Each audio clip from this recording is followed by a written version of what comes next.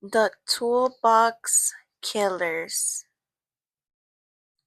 These crimes were recorded actually. In 1979, a series of disappearances began around Los Angeles.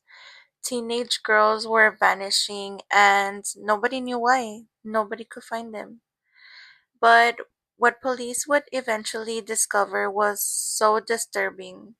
Parts of it are still sealed to this day, April 1st, 2026. The the killers were Lawrence Bittaker and Roy Norris. They appeared normal, like always.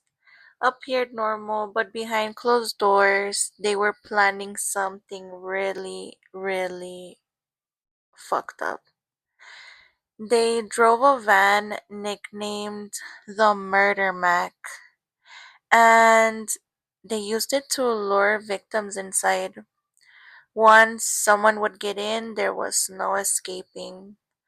And inside this van, they used tools, for example, pliers, ice picks, and other objects to, of course, torture these victims. But what made this case even more disturbing is that they recorded everything. Everything. Audio tapes as well, real recordings of their victims' final moments. And you know what? Like it's so hard for these officers to actually sit there and have to watch everything because these people have to sit there and watch everything. I couldn't. I can't.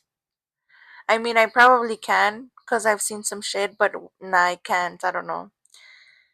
Not when it comes to kids. No, I can't. I don't know how people do it. But finally, investigators later described the tapes as some of the most horrifying evidence ever encountered.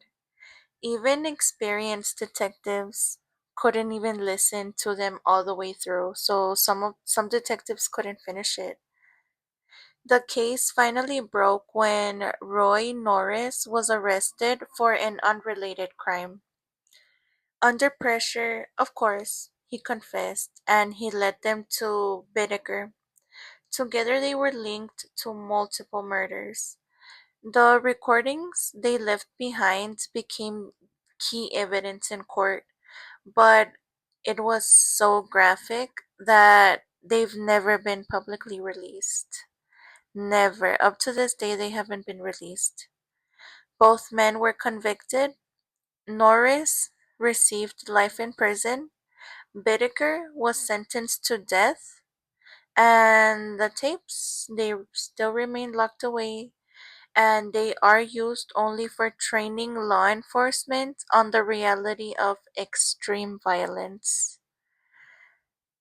What makes this case so scary isn't just like the brutality of everything. It's just the fact that it was planned, it was recorded, and this was carried out without any hesitation.